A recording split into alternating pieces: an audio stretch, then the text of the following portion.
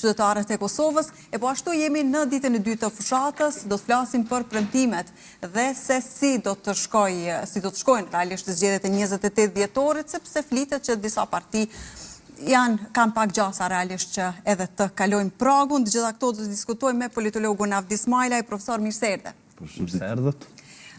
Para se të nisim, profesor, me të gjitha këto që i kemi paralajmëruar dhe sigurisht do t'i bisedojmë sot, megjithatë patëm një informacion nga Shqipëria, një përleshje në kuvend atje, kemi pasur përleshje edhe më herët të politikanëve edhe në kuvendin tonë, megjithatë çfarë tregojnë realisht këto. Nuk është hera e parë që në kuvendin e Shqipërisë ka përleshje të tilla, jemi mësuar shpesh që të shohim sjellje të tilla të deputetëve, të relacioneve mes pozitës dhe opozitës, pothuajse përgjatë këtyre 3-4 dekadave, sikur ka filluar tranzicioni në Shqipëri, dhe ndoshta fatkeqësisht kanë filluar që këto veprime të normalizohen deri diku do thoya në një farmase. Tani në një opozitë bukur të dobët dhe të shpërndarë në Shqipëri, deputetët e opozitës si duket po shohin si vetëm në mënyrë këtë, në farë mënyre për të arritur fuqinë e tyre ose ndikimin e tyre në kuvend, edhe pse kjo nuk besoj se kjo është rruga e duhur. Shqipëria vazhdon të jetë një sistem i hapur politik dhe edhe për opozitën që ata të konsolidohen, të marrin veten, të marrin votat e nevojshme dhe pastaj mbas të votave dhe të veprojnë. Këto veprime nuk është vërtet i përmbushin të pritur atë opozitës, po edhe nuk është që i bëjnë shumë nder procesit cilën aktualisht është duke kalu Shqipëria, ku pritet që pas pak viteve të bëhet antare e Bashkimit Evropian, ta përmbyll të proces në vitin 2030 siç e ka si target. Uroj që këto skena mos t'i shohim më, edhe pse pothuajse jemi mësuar, nuk na duken edhe shumë të jashtëzakonshme. Gjithsesi, e dëmtojnë imazhin. Por jo shumë do thoj edhe procesin e bërjes së reformave, sepse partia shumicë ka numrin e mjaftueshëm për t'i kaluar ligjet të cilat kërkohen për reforma për të antarësuar në BE, dhe këto më shumë ndoshta ndikojnë tek imazhi, tek ajo që është çështje kohë derisa këto pamje të bëhen viral në për gjitha mediat prestigjioze në për zakonshëm ka ndodhur që në kohë reale publikohen më pas. Nuk i bëjnë nder Shqipërisë, nuk është që ndihmojnë procesit, opozita vërtet duhet ta marrë veten, të konsolidohet, të dalë të marrë vota dhe mbas votave pastaj të përmbush objektive, sepse kjo nuk është rrugë demokratike. Sigurisht. Ashtu siç e thatë dhe ju, profesor, urojmë që rastet të tilla mos përsëriten as në kuvendin e Shqipërisë dhe as në atë kemi pa edhe tek ne, domethënë ka pasur raste të tilla, është një mesazh jo i mirë që japin, domethënë sepse deputetët pritet që të jenë model. Kuvendet e vendeve ballkanike shpeshherë janë parë. Janë parë sepse ky është niveli i elitave. Është kjo mënyra se si ne zgjidhim problemet. Besoj se po, këto janë vlerat që i kanë elitat politike të ne. Sepse nuk besojnë shumë që janë procedurat, ligjet, rregullat përmes cilave duhet përmirësohen gjërat, por e shohin edhe përdorimin e forcës si një prej mënyrave qysh ata mendojnë, që bie ndesh me standardet demokratike.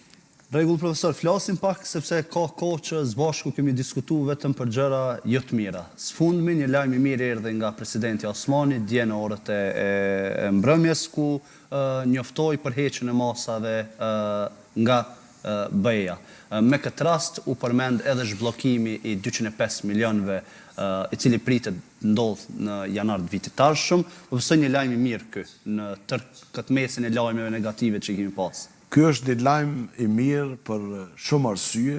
Do të filloj me atë fillimisht që është një lajm që vije pas ndryshimit të gjendjes në veri, domethënë pas rritjes së kontrollit dhe lishmërisë së institucioneve në pjesën veriore të vendit. Që deri diku pothuajse janë përmbush objektivat që kanë qenë, tani më në atë pjesë ka më shumë lishmëri, ka më shumë rregull, ka më shumë institucione të Kosovës, edhe pse çështja nuk është përfunduar tërësisht, po është më mirë se sa që ka qenë. Po, dje kemi pasur edhe hapjen e urës për Komsor, tani atje kalojnë edhe autobuset, trafiku dhe gjitha. Dhe kjo vjen pastaj edhe me atë që sanksionet u vendosën pikërisht për shkak të këtyre veprimeve.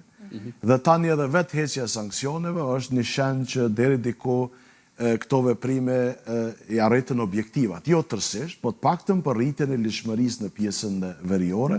dhe shtuarjen e dorës së shtetit në atë pjesë të Kosovës.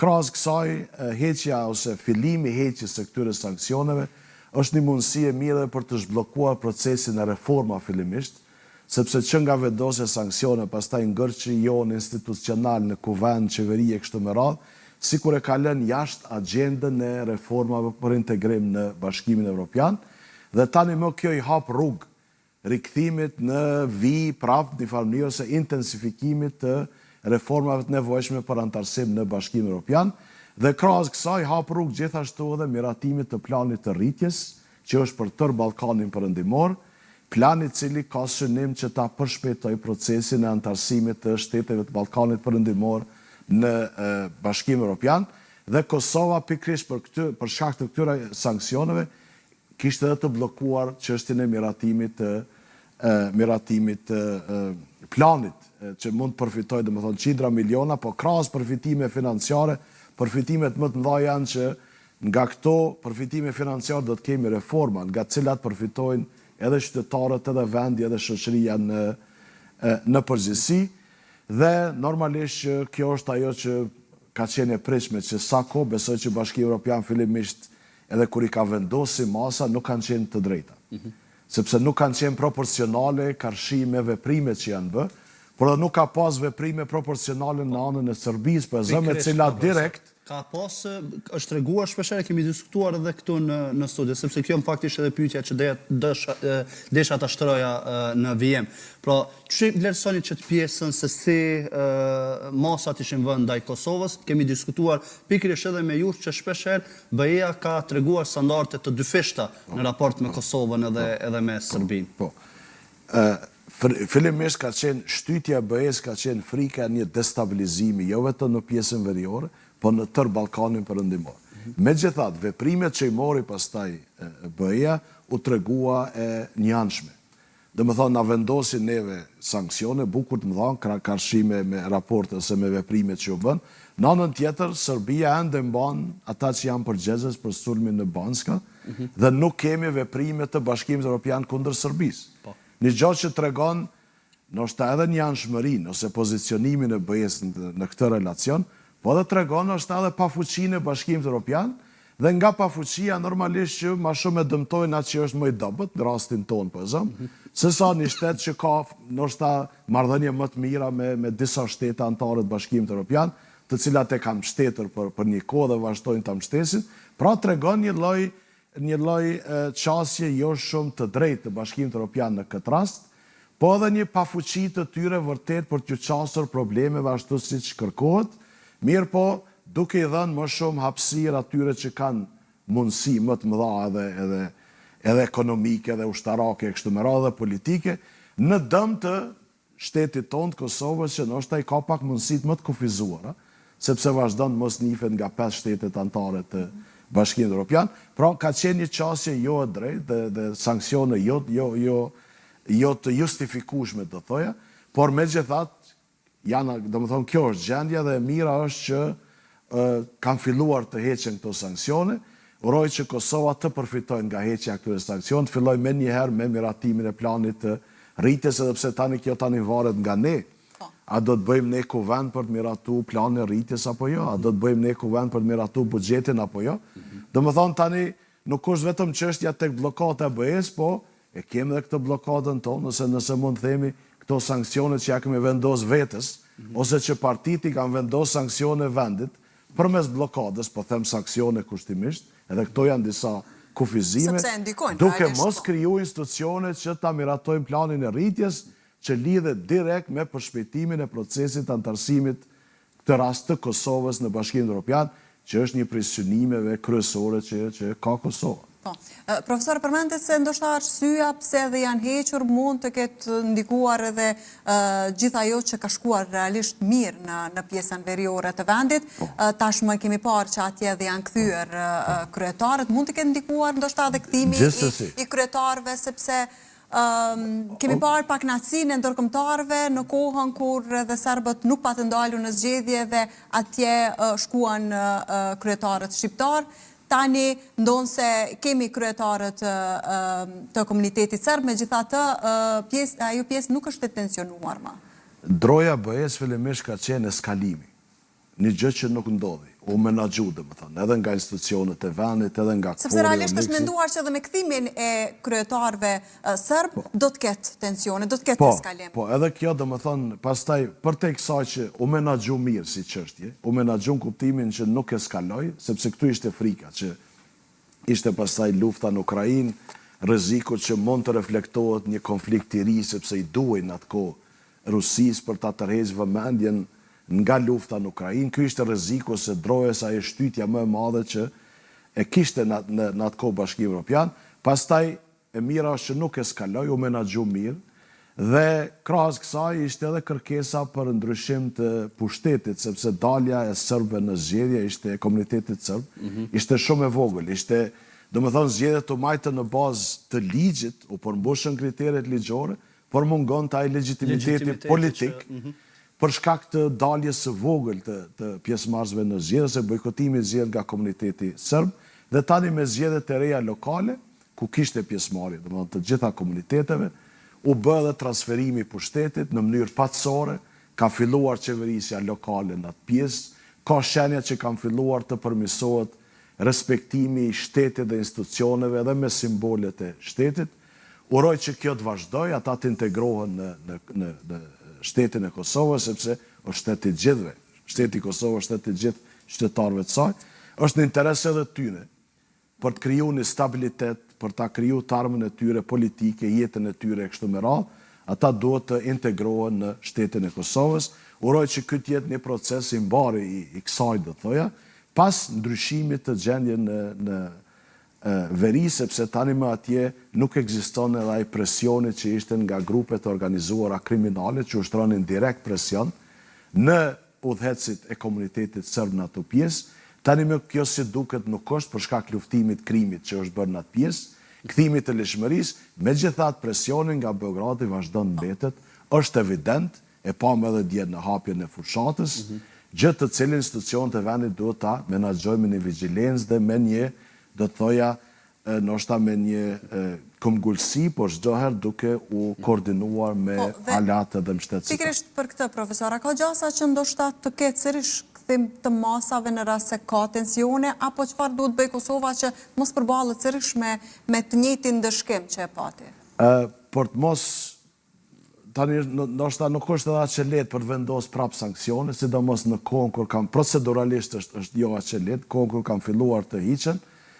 Megjithatë, institucionet e vendit duhet të tregojnë vigjilencë dhe normalisht në kërkesën për mbrojtje të lishmërisë dhe të shtrirjes së autoritetit të shtetit edhe në atë pjesë, në koordinim me komunitetin ndërkombëtar, duhet përpiqen ta bëjnë të pamundshmën që edhe ato komuna, edhe ato, domethënë, edhe komuniteti serb, jo shumicë serb në veri, të integrohet në sistemin politik, ekonomik, juridik, shoqëror të Kosovës, por ndoshta këtu komuniteti ndërkombëtar kërkon që të ketë një koordinim ndoshta më të madh, edhe pse kur flasim për koordinim, tani më sidomos koordinimi me Bashkimin Evropian, ndoshta kërkohet edhe BE-ja që të jetë pak më e qartë ose të jetë pak më këmbgulse në atë që kërkohet që të mbrohet lishmëria dhe kushtetuta e Kosovës në atë pjesë veriut, sepse ne kemi vendimin e BE-s që të njihen pasaportat e lëshuara ilegalisht.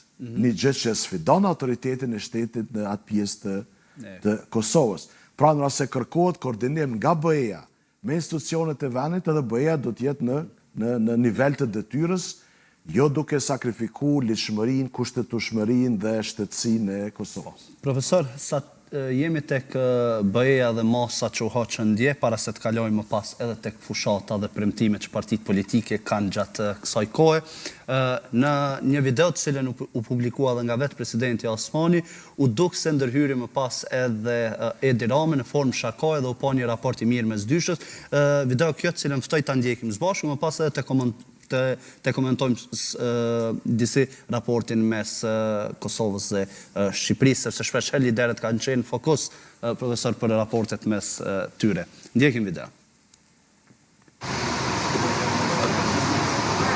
kemi lajme të shpejtshme për Kosovën në fund të samitit ndërmjet Bashkimit Evropian dhe Ballkanit Perëndimor dhe pas diskutimeve intensive me partnerët tanë u morë vendime që të gjitha masat të hiqen Kosovës, ku një pjesë e madhe hiqet sot, kurse pjesa tjetër në fund janarit. Kjo grup ka qenë e zakonshme. Nuk ka dhe se që ato kemi lajme, se kemi lajme, ka kjo lajme dhe është mrejta kësa ishën bëshim për e shumë, një ditë në studiu, vërtetën dhërë me ato. Faleminderit natyrisht edhe Edit dhe Shqipërisë për përkrajen. Presidentja e Komisionit Evropian Ursula von der Leyen ka bërë një punë shkëlqyeshme, na ka dhënë premtimin në vizitën e saj të fundit dhe sot tha që atë premtim që e kam dhënë në maj, rrjedhimisht edhe fundet do të shbllokohen një pjesë shumë e madhe me një herë kurse pjesa tjetër në fund të janarit, është lajm i shkëlqyeshëm për gjithë qytetarët e Kosovës, të cilët kërkojnë drejt nga këtë fund. Dhe shpresoj shumë që edhe në të ardhmen do kemi lajme edhe më të mira, sidomos sa i përket procesit të antarësimit të Kosovës në Bashkimin Evropian, që ky samit ka qenë vërtet i suksesshëm për ne, pra jo vetëm një pjesë, por vendimi është marrë për të gjitha masat, një pjesë në fushi tani, pjesa tjetër në fund të janarit, por më rëndësishme është që vendimi është marrë dhe do të vazhdojmë të punojmë shumë afër me partnerët tanë në mënyrë që Kosova të ecë. Ishte kjo, profesor, një video ku u dha lajmi mirë, më pas u diskutua shumë edhe raporti mes Edi Ramës dhe Vjosa Osmanit. Dim se shpeshherë është komentuar ai i kryeministrit në detyrë Kurti dhe Ramës. Si e shihni ju në përgjithësi? Fillimisht nëse mund ta komentoj pak sjelljen e kryeministrit të Shqipërisë.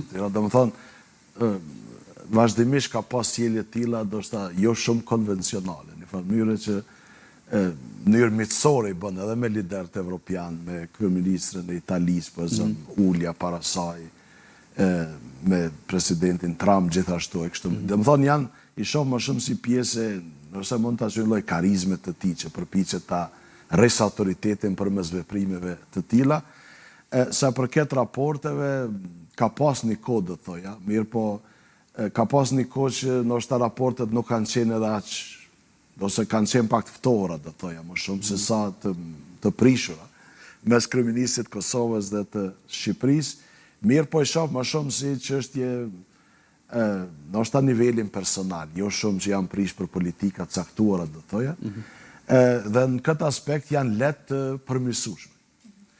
Edhe kjo besoj që është një shenjë që tregon një lloj përmirësimi. Pra duhet lexohet pozitivisht, sepse në komente e poshtë edhe u kritikua mënyra se si ndërhyri. Nuk është hera e parë që bën sjellje të tilla kryeministri i Shqipërisë. Më shumë i bën si sharm, do të thotë. Po nuk ishte diçka tendencioze, siç edhe e interpretuan disa prej. Nuk e shoh në atë aspekt sepse sjellje të tilla kryeministri Rama ka edhe me kryeministra evropian, gjithandej me presidentin. Po, madje një kohë ka edhe me një lapsus të Donald Trump. Po, edhe veshja e tij po me atlete, ka lënë një lloj. Po, kishte pas edhe fotografin me Kurtin ku janë mbëllë të sytë në një kohë ku. Më shumë e shoh si një lloj ndoshta sjellje, një sharm i tij ose një përpjekje për të arritur karizmën në këtë aspekt. Po si relacione, si marrëdhënie, besoj se janë aty dhe janë lehtë të rikuperueshme. Edhe në rast se ka ndonjë mosmarrveshje ose ndoshta ka qenë një kohë kur ka pas një garë kush është më, nëse mund ta përdori këtë fjalë, kush është më baba në familje. Kryeministri jon apo i Shqipërisë. Kjo ndoshta ka qenë ajo gara që edhe e ka nxit pak një lloj xhelozie, do thoja, mes tyre, që është reflektuar pastaj në raporte mes shteteve, sepse ka kohë që s'kemi pas mbledhje të qeverive. Të qeverive, po. Edhe pse kur kam pas mbledhje të qeverive, nuk është që vërtet ka rezultuar, janë bërë disa marrëveshje. Por jo që ato marrëveshje vërtet kanë filluar që të gjitha prej tyre të zbatohen, po është një shajë, një lloj distancimi, do thoja. Por Kosova është aty, Shqipëria është aty, kur do që kanë nevojë për njëra tjetrën, besoj se marrëdhëniet janë shumë lehtë të rikuperueshme. Sigurisht po. Ndërkësh tani, profesor, të kalojmë pak tek zgjedhjet, duke qenë se është dita e dytë e fushatës dhe tashmë kemi filluar të dëgjojmë premtimet e liderëve politik. Si po duken realisht? Premtime që po i dëgjojmë shpesh para 7-8 muajve, 9 muajve. Sërish të njëjtat, vetëm se po përsëritën. Po thujse të njëjtë, është kjo një lehtësim pak për partitë, sepse s'ka nevoj me ba program 3, sepse kanë gatshëm. Ose s'ka Po dhe nevoj ka që... qenë kohë e shkurt realisht për të formuar një program i ri, sepse programet e kanë programet cilat me të vërtetë synojnë mirëqenien e qytetarit edhe zhvillimin e Kosovës, nuk janë programe cilat Po të në zgjedhjet e nëntëshkurtit disa edhe u kritikuan që nuk ishin programet caktuar. Dhe mund të hartohen ndoshta brenda kësaj periudhe kaq shkurtër. Shumica edhe të kaluarën tani kanë pika. Jo që kanë ai program shumë substancial ose një program sistematik, sistemor që vërtet përpiqet të ofrojë zgjidhje si zgjidhje tërësishme në fushat që i prekon.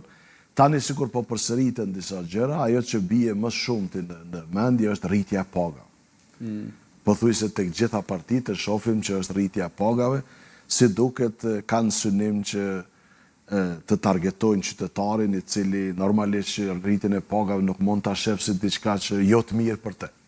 Si qytetar, sepse përfiton direkt, është një përfitim direkt i tyre, dhe shohim pothuajse tek gjitha partitë këtë, për ta synu votën e qytetarëve dhe besoj që kjo tërheq bukur shumë një numër të madh të votave. A ka pritje, profesor, që cilat do parti që të fitoj edhe ta realizoj këtë premtim, sepse ndër vite këtë rritjen e pagave e kemi parë si njëra ndër premtimet që e kanë thënë. Deri diko dhe mund bëhet. Mirë, po tani varet se sa partit vërtet i kanë bë kalkulime, cila është barra buxhetore për këto rritje të pagave. Pastaj cili është ndikimi në sektorin privat të rritjes së pagave. Pastaj cili është ndikimi në aftësinë për të tërhequr investime, sepse investitorët shkojnë diku ku janë pagat më të ulta po zot. Aftësia për të qenë konkurrues në treg për të tërhequr investim. Ne nuk qëndrojmë mirë me investim. Dhe sa këto pastaj kjo rritje e pagave ndikon në të qenurit i konkurrueshëm në treg. Është çështje që vërtet nuk e di partitë e kanë bërë këtë kalkulim apo jo, ose ndoshta partitë kanë edhe një lloj nohatje disa që vetë nuk mund të fitojnë, ose ndoshta nuk mund të bëhen ta udhëheqin qeverinë, dhe si premtim mund të bie, po si premtim vërtet tërheq një numër të madh të elektorat. Megjithatë, janë qytetarët të vetëdijshëm kur një premtim është, po them, premtime megalomane, premtime që nuk kanë as logjik se si do të realizohen. As bazë ekonomike. Ashtu po.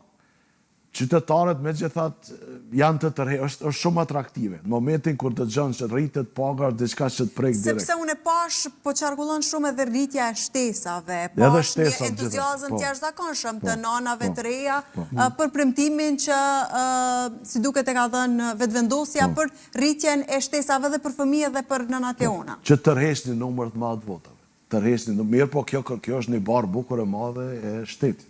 Ne kemi shtete që kanë ndjek historikisht për dekada, mos them shekuj, politika tilla të rishpërndarjes së madhe, dhe tani vërtet po hasin në vështirësi, pikërisht për shkak të ngarkesave të mëdha buxhetore. Tani si do t'ja dalë Kosovën një buxhet më të vogël në farë mënyre, kjo mbetet të shifet. Mirë, po si premtime, pse partitë shumë e prekun këtë pikë, sepse vërtet është shumë tërheqëse për votuesit.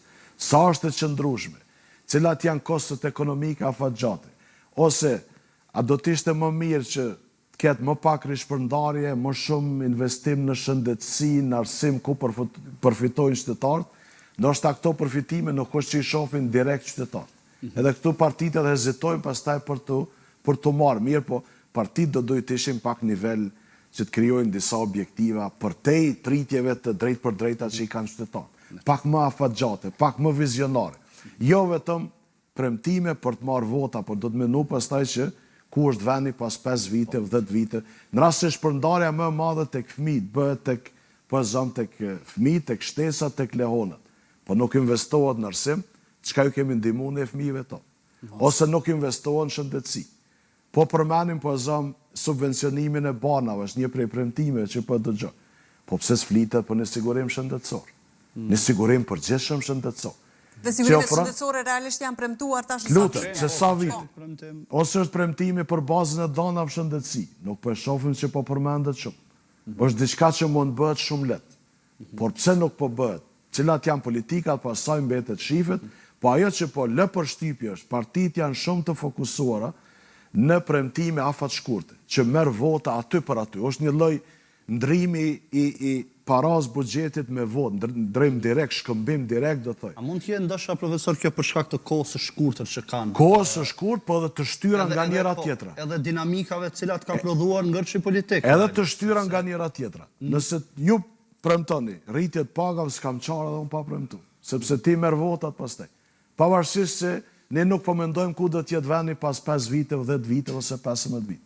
Pra është edhe mjafton njëra me fillu me rritjet paga, pastaj që gjitha influencohen sepse që gjitha synim primare kanë votën. Në rast se nuk e kanë votën, nuk janë pushtetën. Po megjithatë, kjo nuk është shumë në përputhje me objektiva afat mesme dhe afat gjatë të zhvillimit të vend. Megjithatë, profesor, për të ndodhur gjitha këto, po shpresojmë të premtimet që realisht jepen në fushata, më pas edhe të bëhen realitet në mënyrë që t'y lehtësohet sadopak qytetarëve të Republikës Kosovës jeta.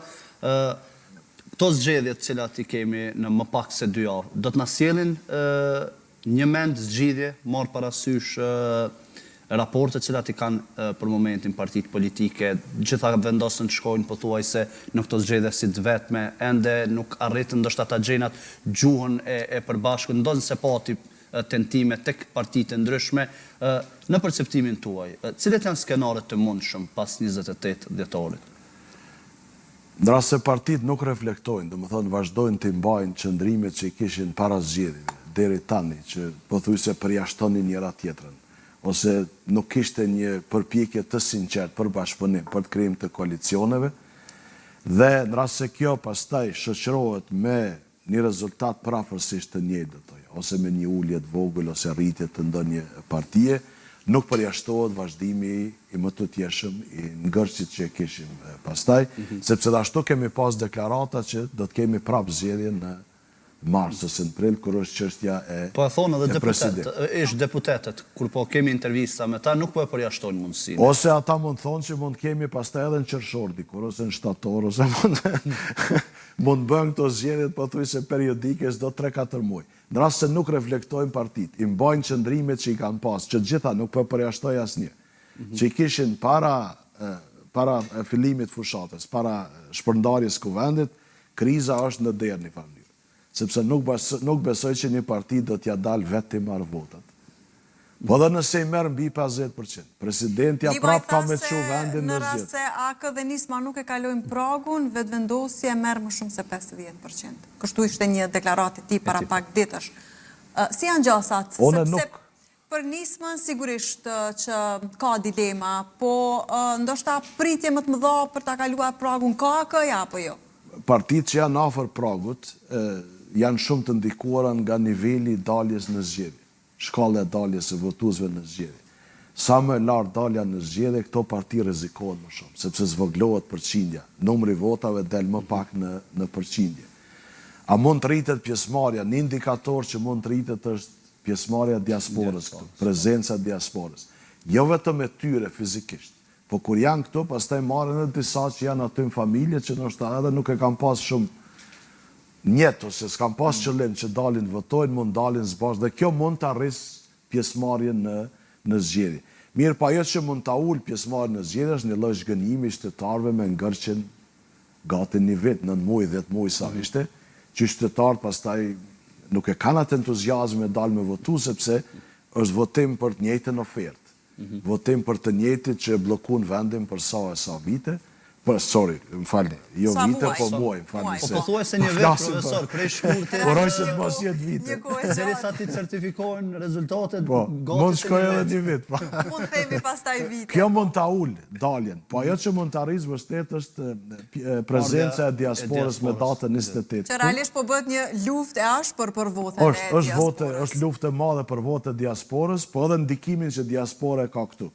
Dhe në rast se rritet pjesëmarrja, vërtet shancat e këtyre dy partive zvogëlohen. A mund ta bëj diferencën diaspora realisht? Meqense betejë për të tashmë është bërë goxha e madhe. Në fillim u krijua zhurmë sepse data për rastisjet në fund u bë e qëllimshme, u akuzua lëvizja vetëvendosje, më pas se quajtën edhe presidentën Osmani si zëdhënëse të vetëvendosjes për shkak që po u shkon për shtat kërkesave të këtyre të fundit.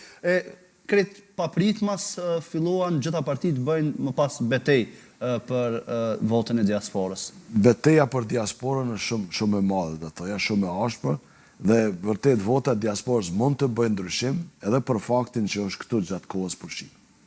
Që jo vetëm vetë që do të votojnë, po mund të imobilizojnë edhe shumë tjerë, që i kanë afër, domethënë, të cilët vërtet mund të shtojnë përqindjes pjesëmarrjes në votime, po edhe mund të shtojnë vota një partije ose tjetrës, dhe besoj që kjo është edhe ajo që po i shtyn partitë në një garë shumë të fuqishme, është garë bukur e madhe, një pjesë e madhe fushatës është duke u bërë për votat e diasporës.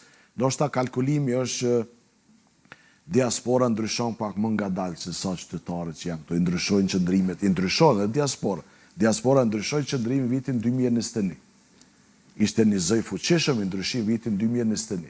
Dhe tani për ndryshu diasporën është ta kërkohet edhe pak kohë, sepse ndryshon më ngadalë se sa qytetarët që janë brenda, por është një garë shumë e ashpër mes partive për votën e diasporës dhe për votën që mund të ndikoj diaspora brenda vendit dhe mund të ndikoj, nështë ta vota në diaspori merë nështë ta edhe më shumë në aspektin emocional, në aspektin nostalgjisë që kanë për Kosovën, për Adheun, për vendin dhe veprimet që përputhen me këtë, nështë ta japin më shumë një stimulim diasporës për të votu për një parti ose një parti tjetër. Është diskutuar shumë në rast se diaspora gjykon drejt në dhënien e votës. Është krijuar në fakt edhe debat për këtë në rast se do duaj ose nuk do duaj të votonte diaspora.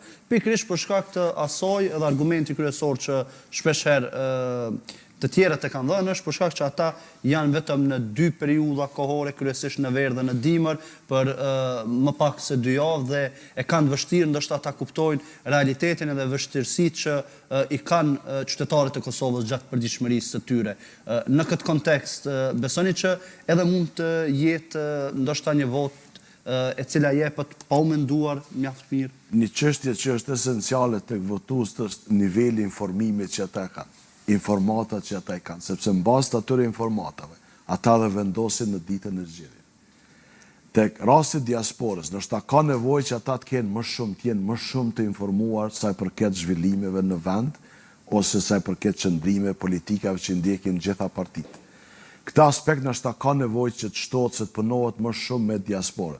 Por diaspora aktualisht nuk është vetëm 2 herë në vit, është vazhdimisht gjatë tërë vitit.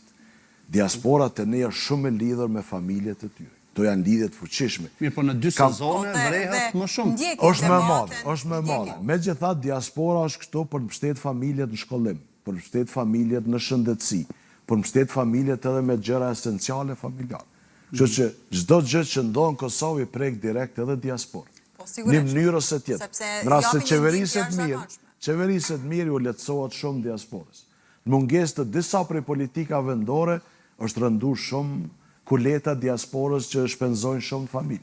Për shembull, shëndetësia ta shpenzojnë shumë, edhe pse s'janë këtu, po shpenzojnë për anëtarët e familjes së tyre. Edhe pse pse shpenzojnë shumë, sepse ne vazhdojmë mos kemi sigurim shëndetësor.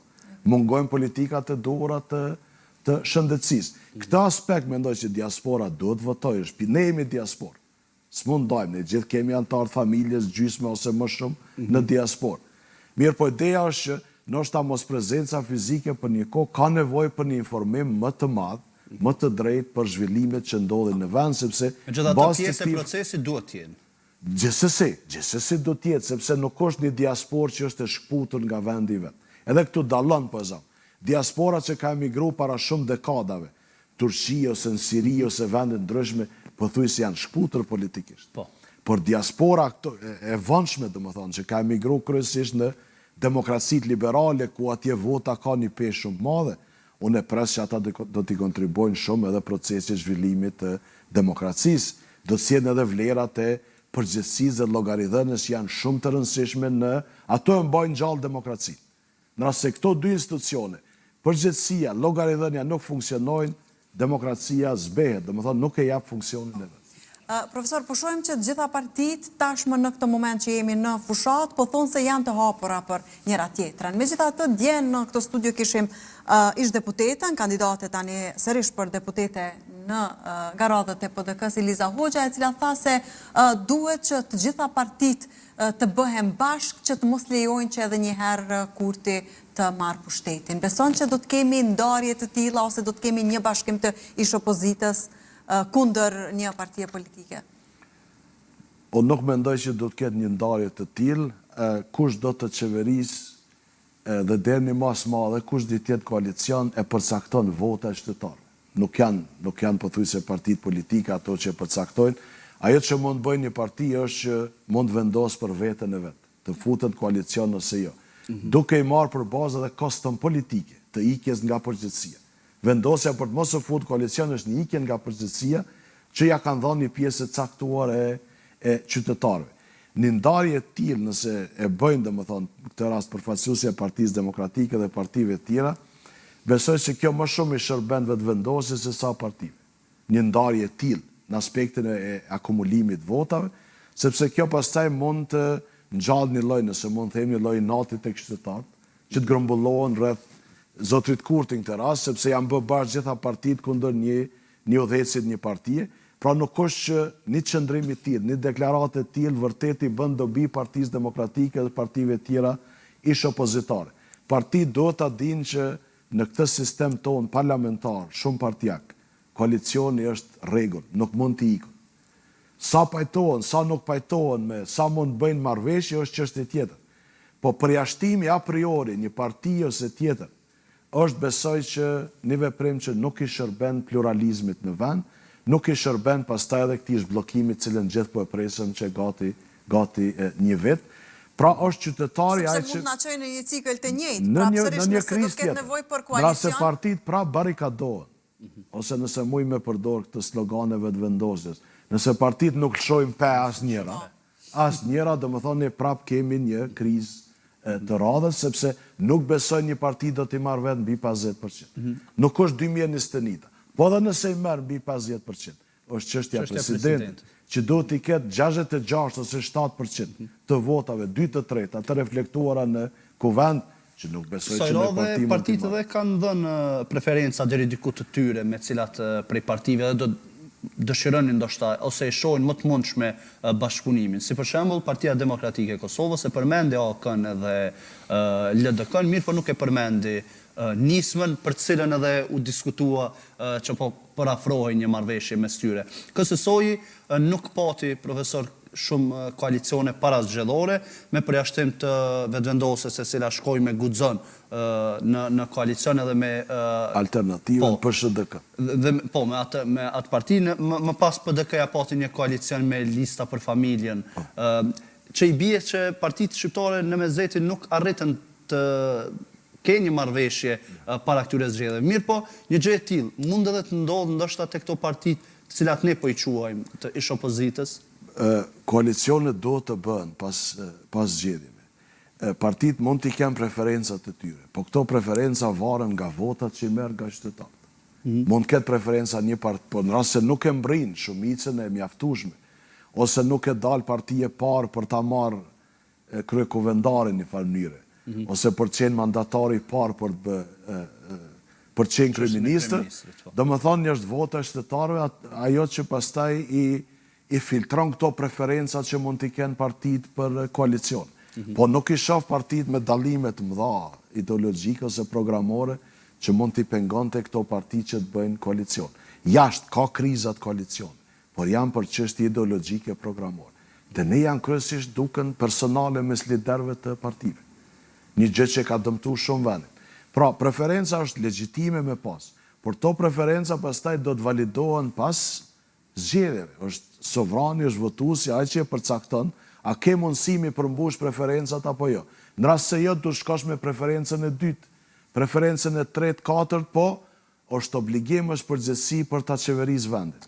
Nëse partitë nuk di që kanë ai përgjegjësi më të madhe se sa për të krijuar institucione dhe për ta qeverisur vendin, dhe normalisht preferencat e tyre pastaj duhet të modifikojnë në bazë të fuqisë politike që përcakton vota e qytetarëve në bazë përqindjes së votave që i marrin. Uroj që gjitha partitë reflektojnë dhe ta kuptojnë një herë e mirë që koalicioni në sistemin tonë është i papërjashtueshëm. Dhe është mënyra vetme për ta aktualisht në këtë sistem që kemi për ta qeverisur vend. E qartë. Profesor, ndalim edhe diskutojmë pak edhe për gjuhën dhe diskursin cilat partit politike e kanë kësaj radhe, në këtë fushat ndoshta më të shkurt, në këtë kohë më të shkurt të bërit zgjedhje, megjithatë u krijuar një përshtypje tek qytetarët se disi gjuha të cilën po e përdorin është më e moderuar. Më pas patëm edhe një paraqitje të kryeministrit Kurti në një medium i cili arsyetoi duke thënë se ndoshta gjuhën që e ka përdorur edhe do mund të mos e kishte përdorur fare, nuk ka qenë për gjitha partitë, ka qenë specifikisht për njërin prej tyre, patëm Glaukon Jusën gjithashtu i cili tha se nuk mendojnë, e kanë fjalën tek lista serbe që shpeshherë partitë kanë akuzuar njëra tjetrën për bashkëpunim, tha se nuk mendojnë se as LDK as PDK bashkëpunojnë me listën serbe, duke se deri diku janë ulur tensionet me përjashtim të deputetës Matoshi dhe Samelu Shtaku, të cilët nuk po kursejnë as pak njëri tjetrën. Sa mendon se ndoshta në përgjithësi lënë anash këta të dy, ka ndryshuar diskursi që po përdorin partitë politike? Këto, nëse vërtet është fillimi ndryshimi një diskurs i cili do duj patjetër të ndryshojë. A keni vrejt ju? Po vrejet pak, dhe më dhe tek paraqitjet që ju përmendet në media dhe të kryeministrit të zotrit Koljufca, u vrejt dhe më thonë një loj, nëse mund them, një loj reflektimi, uroj që tjetë reflektim ndoshta për t'i hapë rrugë koalicione ose për t'i hapë rrugë marrëveshje mes partive politike, sepse dhe ata e kam pa që koalicionet janë të dhe përdonin si argument gjuhën e domosdoshme. përdorur, më pas për mos me bë koalicione, përdonin gjithmonë si argument se na thanë kështu, jo ata na u referuan kështu dhe ngecej shpeshherë edhe aty. Gjuha ka qenë një prej argumenteve të tyre që i ka mbajt larg partitë njëra tjetrës, pozicionet e partive, dhe ndoshta ka vështërsuar edhe mundësinë e bashkëpunimit mes partive, që është e domosdoshme në një sistem shumë partijak. Uroj që ky të jetë ndoshta s'po them emancipim, po fillimi një emancipimi politik të klasës politike, ta kuptojnë që vërtet është e dhimbshme që t'i humbet vendit kohë me përplasje me fjalë me njëra tjetrën, ose me përplasje që i pam sot edhe në kuvendin e Shqipërisë. Ne dim që Shqipërisja ka humbi 3